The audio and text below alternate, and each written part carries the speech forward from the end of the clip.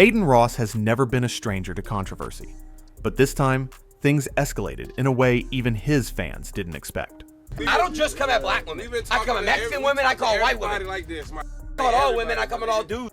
What started as a few comments and a lyric he took personally spiraled into canceled deals, industry pressure, real-world threats, and a public meltdown that pulled in rappers, executives, and entire fan bases.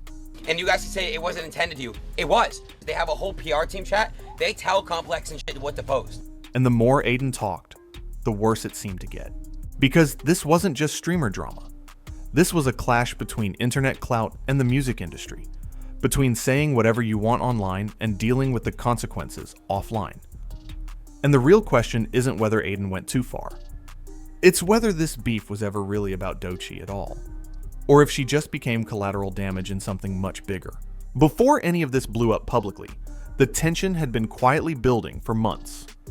Adin Ross didn't suddenly wake up and decide to go after Doechii. His resentment had been simmering long before the latest clips went viral. Back in mid-2024, he was already calling her an industry plant on stream. Don't get me started on that industry plant. Don't get me started. You guys can say shit whatever you want about me, but one thing about me is I'm not an industry plant. Long before she ever mentioned anything that could even be interpreted as a response to him. At the time, his criticism seemed rooted in a viral Met Gala moment that rubbed a lot of people the wrong way. A short clip showed Doechii barking orders at staff over umbrellas, and for many viewers, it came off as entitled and tone-deaf. Adin seized on that moment immediately, turning what could have been a passing critique into something far more personal. Instead of criticizing the behavior, he attacked her talent, her rise, and her legitimacy in the industry. And that's where the tone shifted. What started as commentary quickly turned into fixation. Every time Doechii's name came up, Adin wasn't just annoyed, he sounded angry. The insults got harsher, the accusations broader, and the narrative became clear. He wasn't just reacting anymore. He was building a case against her. To people that don't understand, guys, Doechii came at me first. I want to make that very clear. But what Adin didn't seem to realize at the time was that this wasn't just a streamer ranting into a camera. By this point, he was already a brand risk, and every word he said was being watched far beyond his chat. And that's when the situation stopped being just online noise and started costing him real money. The first real consequence didn't come from Doechii or her fans. It came from behind the scenes. Adin later admitted on stream that he lost multiple high-value brand deals almost overnight. I want to let you guys know I had a stream plan with a very famous basketball player. It canceled last minute because their PR called. Sponsors quietly backed away, collaborations were paused, and calls that had already been scheduled suddenly stopped coming in. From Adin's perspective, this confirmed everything he already believed. He framed it as proof that the industry was protecting Doechii, that powerful PR teams were working against him, and that he was being punished for telling the truth. But from the outside, it looked far more straightforward. Brands don't care about winning arguments. They care about avoiding controversy. And Adin was becoming unpredictable at the worst possible time. Instead of slowing down, though, he doubled down. On stream, his language got more aggressive, his targets expanded, and he began lumping critics, commentators, and even other creators into the same conspiracy. Anyone who pushed back wasn't disagreeing with him. They were controlled, botted, or sent. That mindset only isolated him further, because once you convince yourself you're being silenced, every consequence feels like an attack. And the louder Adin got, the harder it became for anyone on the business side to defend working with him. And just when the backlash was already boiling, a single lyric would send everything over the edge. Everything exploded when Doechii dropped a verse that Adin took personally. And you guys can say it wasn't intended to you. It was. It wasn't a direct call-out.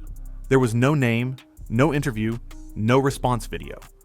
Just a few sharp lines about industry plants, clout chasing, and people lurking in blogs and group chats. But to Adin, that was enough.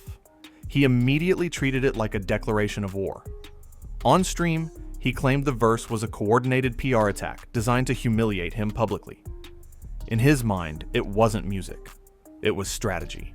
And once that narrative locked in, there was no room for nuance. The problem was that his reaction didn't match the scale of the supposed offense. What could have stayed as speculation turned into hours of rants, insults, and increasingly reckless language. The focus shifted from defending himself to tearing her down. Talent, credibility, race, intent. Nothing was off limits. That's when outside voices stepped in. Commentary channels, industry figures, and even veteran podcasters began criticizing not just what Adin was saying, but how he was saying it. The conversation stopped being about Doechii entirely and became about Adin's pattern, his anger, his lack of restraint, and his refusal to take responsibility. And for the first time, the pushback wasn't just online noise. It started to feel like something that could follow him offline. What made this situation genuinely uncomfortable was how quickly Adin escalated things once the criticism started coming back at him. Instead of cooling off, he leaned into a tough guy posture, repeatedly reminding everyone that he had security, police contacts, and people around him at all times. Let's link up. You know where I'm at. I got police with me too. I ain't gonna lie, Joe Bud, I got police with me and I'm in your city. What's good? What do you want to do? The message wasn't subtle. It was meant to intimidate. At the same time, he framed himself as the target. According to Adin, he wasn't attacking anyone. He was defending himself from an industry that wanted him silenced. Any backlash became proof that powerful people were conspiring against him. Any criticism was dismissed as bias, jealousy, or virtue signaling. But that narrative began to fall apart when hip-hop figures outside of streaming culture started weighing in. This wasn't Twitch drama anymore. People connected to Doechii's label. Artists with real industry standing and longtime commentators made it clear that his language had crossed a line. Not because of disagreement, but because of disrespect. Warnings followed, not threats, but firm reminders that words still carry consequences, even online. And instead of acknowledging that shift, Adin doubled down again, mocking critics, personalizing the conflict, and daring people to confront him. At that point, the damage wasn't just reputational. Deals quietly disappeared, planned collaborations stalled, and suddenly, the cost of keeping it real started to show itself. And that's where things took an unexpected turn. Yet even then, accountability never fully entered the conversation. Instead of reflecting on how his own words contributed to the situation, he reframed the losses as proof that he was being targeted. The system was against him. The industry was soft. People couldn't handle the truth. What made it worse was the timing. This wasn't an isolated outburst. It was part of a growing pattern, one where controversy created attention. Attention invited backlash, and backlash was treated as validation. The loop fed itself. And as that cycle repeated, one question became harder to ignore. Was this actually about Doechii anymore? Or was Adin fighting something much bigger than her? Because what came next suggested the roots ran deeper. When you zoom out, it becomes harder to see this as a one-off feud, and easier to recognize a familiar behavior pattern. Adin has consistently aligned himself with powerful, polarizing figures, then mirrored their conflicts as if they were his own. Loyalty, in his world, isn't passive, it's performative. That's why the tension with Doechii seemed to bleed into something larger. It wasn't just about her music or a lyric he didn't like. It overlapped with his long-standing resentment towards certain corners of the rap industry, especially anyone connected to camps he already viewed as hostile. Old grudges, old beefs, old narratives, all resurfacing at once. This is where the obsession with industry plants becomes revealing. The accusation isn't really about authenticity, it's about control. If someone rises without needing your platform, your approval, or your audience, that success feels threatening. Labeling it artificial is a way to regain leverage. Ironically, while he accused others of manufactured success, his own rise has always depended on proximity, who he's next to, who he champions, who he defends the loudest. The contradiction sits right in the open. And as those contradictions stacked up, the public started asking a different question.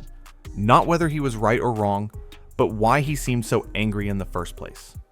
The answer might be closer than it looks. What stood out most wasn't the insults, or even the threats. It was how often Adin retreated into victimhood the moment real consequences appeared. One minute, he was daring people to confront him, bragging about protection and power. I'm not banned from LA. That old ass motherfucker that podcast, bro. I'll smack the shit out of you. Well, not me, but I'm gonna have security smack the fuck out of you. The next, he was reframing himself as just a streamer, a misunderstood kid being unfairly targeted. That swing is important. It's not strength or confidence. It's instability. He wants the authority of a provocateur without the responsibility that comes with it. He wants to say anything, but never be held to it. And when pushback arrives, it's suddenly everyone else's fault. This is where the situation stopped being about controversy and started becoming about maturity. At 25, this isn't teenage edginess anymore.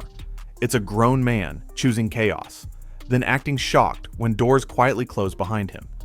Even his attempts at damage control felt reactive rather than sincere. Donations, apologies framed as misunderstandings, vague promises to chill out. All of it came after the pressure, not before. And that timing matters. Because when accountability only shows up after the fallout, people don't see growth. They see fear. And by this point, the audience wasn't just watching drama anymore. They were watching someone test how far they could go before something finally snapped. By the end of it all, the irony became impossible to ignore. Adin built his career on controversy, but this time the controversy didn't boost him. It boxed him in. The louder he got, the smaller his circle became. Not because people were afraid of him, but because they didn't want the risk that followed him. What started as a feud with one artist turned into a mirror reflecting everything he's been refusing to confront. The anger, the dependency on validation, the need to feel chosen by more powerful figures, the constant insistence that nothing is ever his fault. And that's what makes this moment different from his past scandals. Before, chaos was a tool. This time, it exposed cracks he couldn't talk his way out of. No amount of streaming hours, bravado, or shock value could fully drown out the pattern people were seeing. The internet will move on, like it always does. Another clip, another outrage, another distraction. But the reputational damage doesn't disappear that easily. It lingers in boardrooms, group chats, and quiet decisions made without explanation. And that leaves one final question hanging, not just for Adin, but for anyone building a brand on controversy. What happens when the attention stops working? At the center of all this isn't just a rapper, a label, or a few bad comments. It's a pattern that Adin has been repeating for years, pushing boundaries, playing the victim when the backlash hits, and then acting surprised when doors quietly start closing. This situation didn't spiral because of one lyric or one stream. It escalated because of how it was handled, the constant doubling down, the threats masked as jokes, the refusal to take accountability while demanding understanding. That's what turned a petty online feud into something much bigger. Whether you believe the industry plant narrative or not, almost doesn't matter. The bigger takeaway is how quickly influence can turn into liability when there's no restraint behind it. Adin has the audience, the money, and the platform to evolve. But evolution requires self-awareness, not just damage control. The internet loves chaos, but it respects growth even more. And the real question now isn't whether this controversy will blow over. It's whether Adin learns anything before the next one begins. If you enjoyed this video, drop a like. It really helps. Let me know what you think about this situation in the comments and what story you want covered next. And if you want more deep dives like this, make sure you're subscribed so you don't miss the next one.